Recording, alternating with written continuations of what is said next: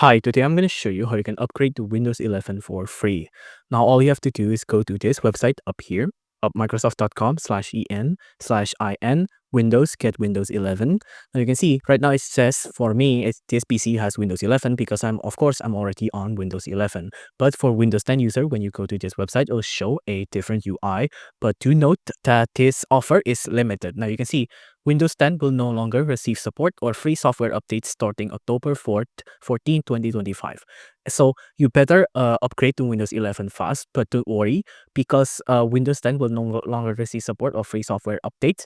That means Windows 10 only is not the one that's getting free, but upgrading to Windows 11 will still remain free, right? So there's no problem with that. You can go to this website to, of course, update to Windows 11. You can also check your settings as well for an automatic Windows 11 upgrade as well. I'm pretty sure they offer it from the settings too.